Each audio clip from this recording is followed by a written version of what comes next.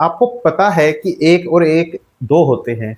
आपको ये भी पता है कि 30 को 100 से गुणा करें तो 3000 आते हैं। लेकिन फिर भी हमारे देश में ऐसे बहुत सारे लोग हैं जो 1 और 1 को 11 बोलते हैं। मेरा कहने का मतलब ये है कि हमारे देश में बहुत ही अलग-अलग वैरायटी के लोग रहते हैं। अब मैं ऐसा क्यों बोल रहा हूँ?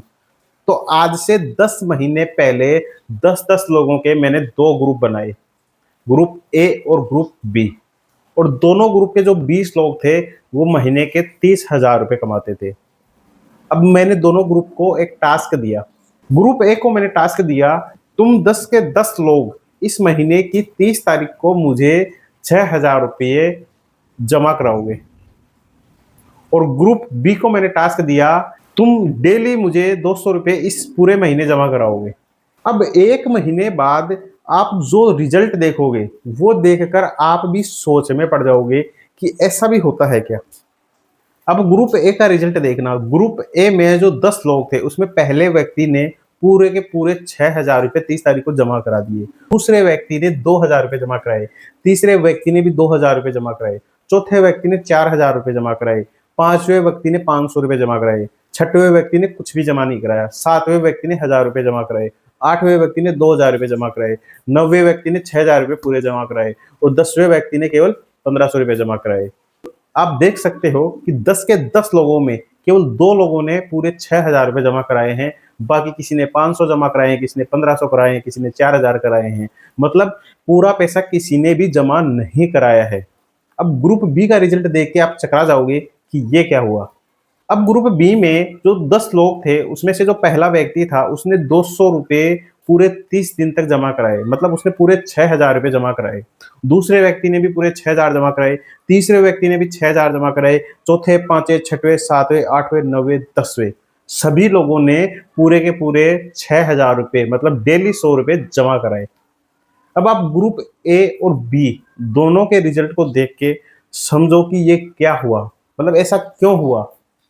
मतलब दोनों की तनख्वाह 30,000 रुपये थी, दोनों को जमा भी 6,000 रुपये कराने थे, लेकिन एक ने मंथ के एंड में एक साथ जमा कराए और दूसरे ने डेली 200 रुपये जमा कराए। डेली जमा कराना और मंथली जमा कराना, इसी वजह से ये जो डिफरेंस है वो देखने को मिला है उनकी सोच में। अब मैं ये बात आपको क्यों बता रहा हूँ? मैं ये बात आपको इसलिए बता रहा हूँ कि जो इंसान का दिमाग है ना, वो अलग तरीके से सोचता है। जब पैसों की बात आती है ना, तब वो अलग तरीके से सोचने लग जाता है। क्योंकि जो पैसे होते हैं ना, पैसे उनके साथ हमारे इमोशन भी काम करते हैं। और ये जो पैसों की वजह से अलग तरीके से सोचने का जो तरीका है, इसे कहते हैं मेंटल अकाउंटिंग। एक अकाउंटिंग होती है जो नॉर्मल एकदम 1 और 1 2 होते हैं, लेकिन 1 और 1 11 होते हैं, वो होती है मेंटल अकाउंटिंग। उसमें हमारे इमोशन भी जुड़े होते हैं। रोज 200 रुपये एक छोटी रकम है और छोटी रकम रोज जमा कराना, ये सुनकर हमारा दिमाग ये सोचता है कि 200 रुपये तो मैं रोज उड़ा देता हूँ, जमा करा दूंगा, और वो करा भी देता है।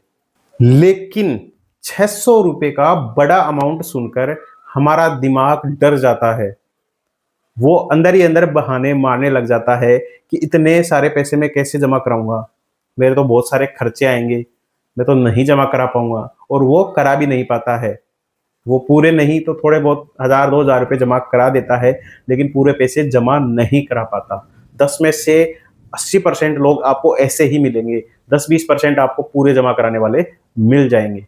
और यही वजह है कि हमारे देश में बहुत सारे लोग डेली कमेटी करवाते हैं या डेली एसआईपी करवाते हैं, क्योंकि डेली इन्वेस्टमेंट करना ये उनकी मेंटलिटी को सूट करता है।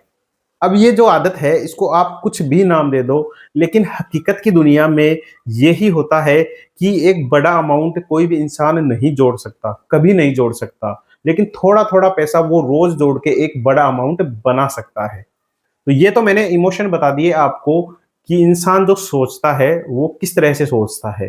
तो अब आते हैं हम असली मुद्दे के ऊपर कि जो डेली कमेटी होती है और जो डेली एसआईपी होती है, उन दोनों में कौन सी बेस्ट है? डेली एसआईपी ज़्यादा बेस्ट है या डेली कमेटी ज़्यादा बेस्ट है? तो सबसे पहले तो हम ये जानते हैं कि डेली कमेटी क्या होती है। हमारे देश में आपको अपने आसपास बहुत सारी ऐसे कमेटी चलाने वाले लोग मिल जाएँगे जो डेली कमेटी चलाते हैं। ज़्यादातर जो डेली कमेटी चलती है, उसमें यही देखा गया है कि ₹100 आप डेली जमा कराते रहो और ये जो कमेटियां हैं लगभग 15 महीने तक चलती है। कुल मिलाकर 455 दिन तक ये कमेटी चलती है। आपके 45,500 रुपए जमा होते हैं और आपको 15 महीने बाद 50,000 रुपए मिलते हैं। तो देखा जाए तो आपको 4500 रुपए का प्रॉफिट होता है। तो ये तो हो गई कमेटी जो आपके आसपास चलती रहती है। आपके आसपास जो किराने की दुकान है, कपड़े की दुकान है, ये लोग ये कमेटियां चलाते हैं और ये कोई गवर्नमेंट से रेगुलेटेड नहीं होती है। तो अब चलो जानते हैं कि डेली कमेटी ज्यादा बेहतर है या डेली एसआईपी ज्यादा बेहतर है। यदि आप ये जानना चाहते हो कि मंथली एसआईपी ज्यादा अच्छी है या मंथली कमेटी, तो इसके लिए भी मैंने वीडियो बना रखा है जिसका लिंक मैंने डिस्क्रिप्शन में दे रखा है, तो आप वो जाके देख सकते हो। तो अब आते हैं कि डेली एसआईपी ज्यादा अच्छी है या डेली कमेटी ज्यादा अच्छी है।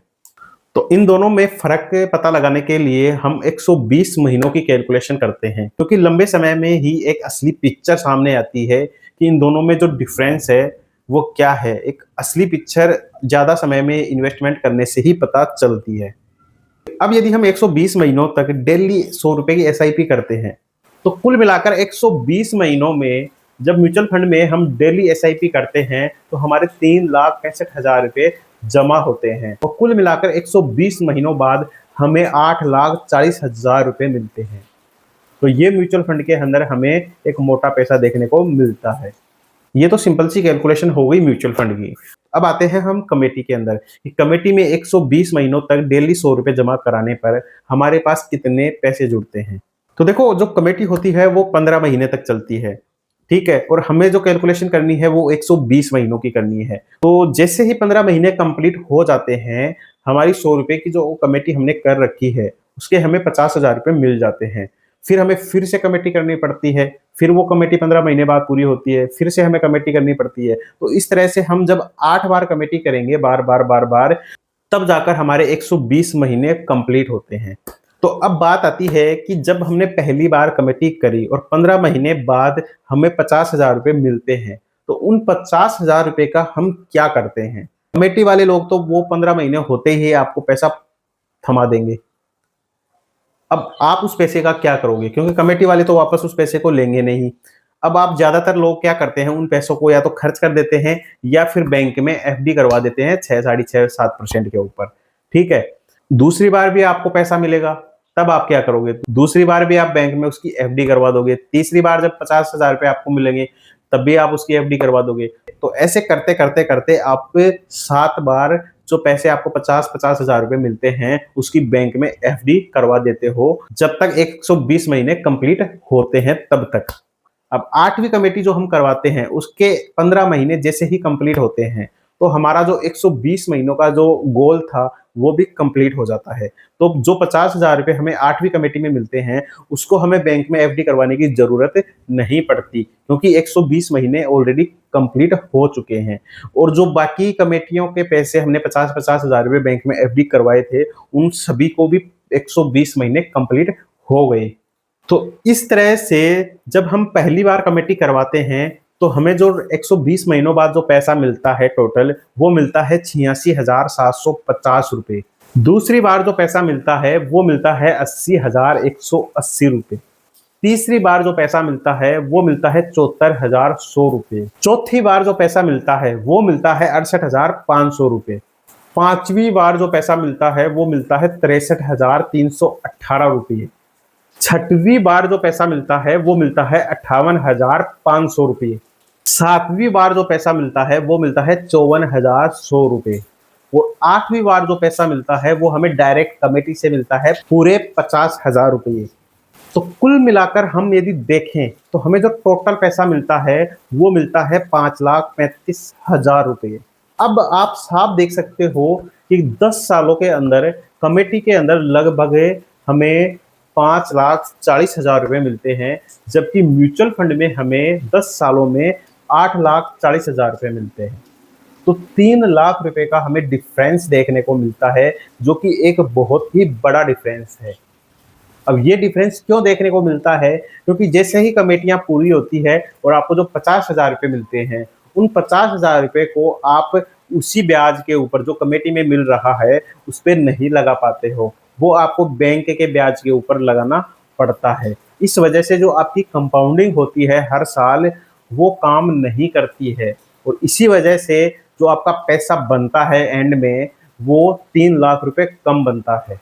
जबकि जो कमेटी होती है उसमें आपकी जो कंपाउंडिंग है वो रेगुलर काम करती रहती है एक ही ब्याज के ऊपर।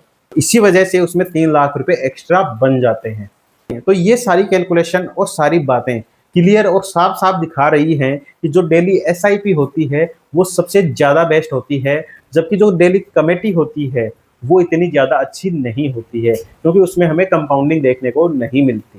कि आप चाहते हो कि मैं भी एक वेल्थी इंसान बनूं, ज़्यादा पैसे बनाऊं, तो आपको डेली एसआईपी करनी चाहिए। और यदि आप डेली एसआईपी करना चाहते हो तो नीचे मेरा व्हाट्सएप नंबर दिया गया है, आज ही मुझे मैसेज करो और अपनी डेली एसआईपी की जर्नी को शुरू करो। और जाते जाते इस चैनल को सब्सक्राइब भी कर देना, भूल मत जाना, बिल्कुल भी बिल्कुल भूल मत जाना, सब्सक्राइब कर देना। कि आपके सब्सक्राइब करने पर ही मुझे वीडियो बनाने का मोटिवेशन मिलता है। ठीक है, तो सब्सक्राइब कर देना। चलो चलते हैं। थैंक यू, धन्यवाद।